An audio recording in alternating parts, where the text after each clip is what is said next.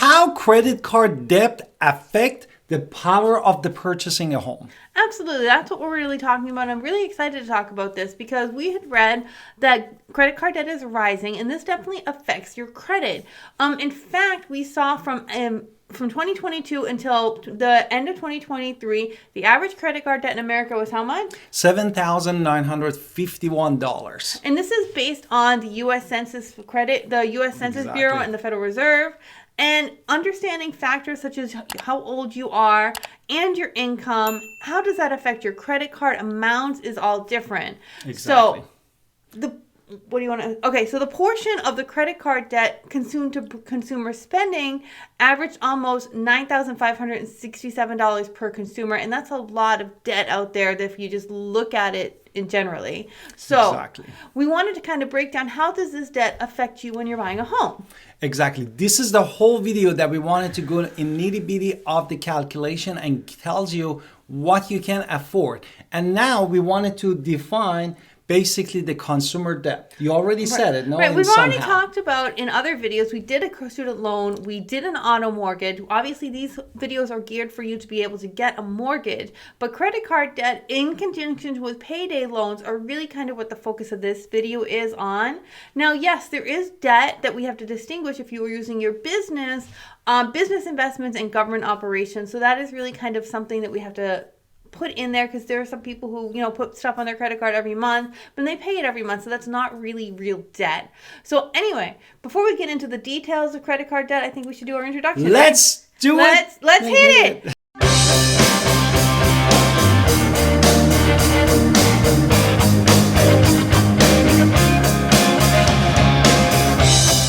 Hi, it's Alan Victoria. Welcome to our Talent Podcast. And if this is your first time in our podcast and YouTube channel, make sure you subscribe and get notified. We call text all the time at 252-327-3357. We love talking to you. Don't be shy. Also, don't forget our buyer's guide and seller's guide in the description below.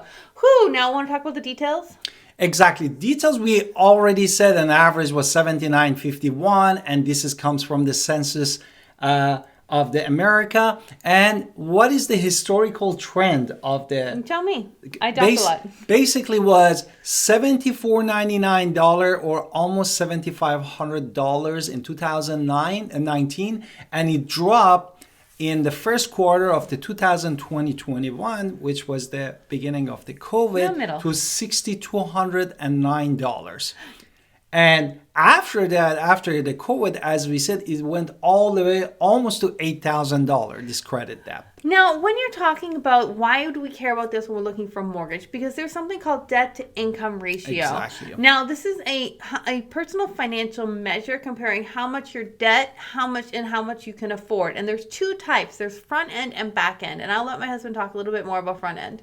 Exactly. And the reason, this is actually the second important factors after your credit score is the DTI or debt to income ratio.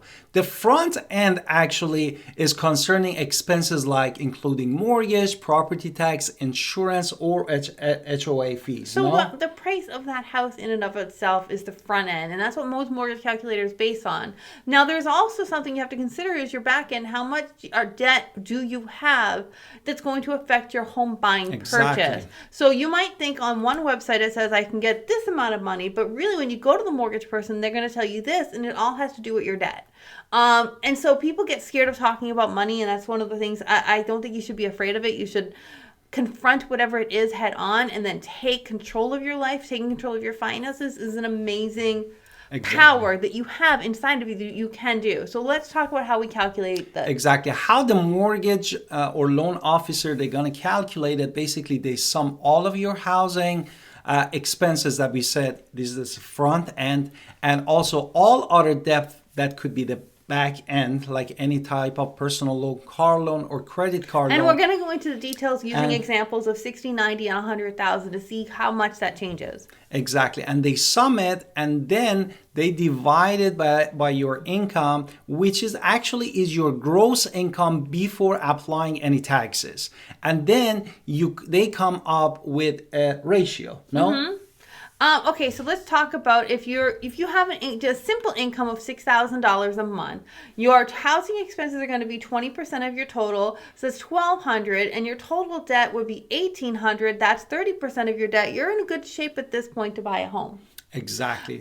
Therefore, this is an assumption, no? Right, assumptions. But we're going to go into details of how much you make based on, and then add in car payments, add in student loans, and add in a credit card payment, and see how that affects us too. So now talk about DTI calculations, though, on the front end. Exactly. Therefore, the lenders, they have like a standard according to the guidelines that Freddie Mae and Freddie Mac, Fannie Mae and Freddie Mac, then they come with, they say the front end ratio that we said is almost about housing, which we were talking about 20%. It should be less than or equal to 28%. And your back end, that could be any kind of debt like a credit card, personal loan, or auto loan, should be equally or less than the 36%. Right now, depending on your loan type, that will be there as well. Also, details about that home matter because taxes and home insurance are going to factor in. Now, home insurance here in Greenville, North Carolina, we're looking at about $1,200 at the filming of this video a year. Whereas if you are in a different state like Florida, where you get a lot of hurricanes, your home insurance is going to be much more. And also the property tax around where we're living in North Carolina is going to be 0.85% of the value of the home, which this is a North Carolina average. It depends on the area, could be different.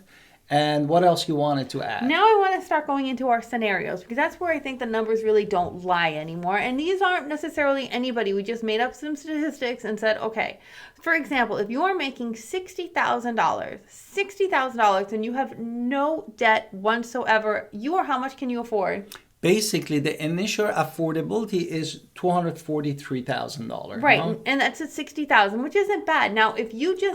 they have already the front end, which is the housing. They pay probably for rent. Right.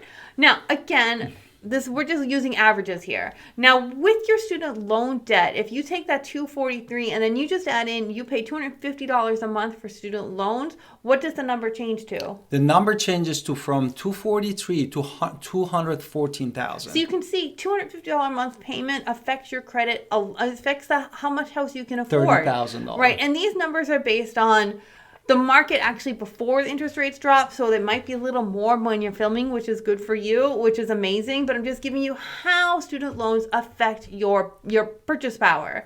Now, what about if I have to pay $159 a month in credit? Yes, if you pay that $159 for credit card every month, then your affordability is going to go to $184,000. No, 195. It goes down 18,000 up to $195,506.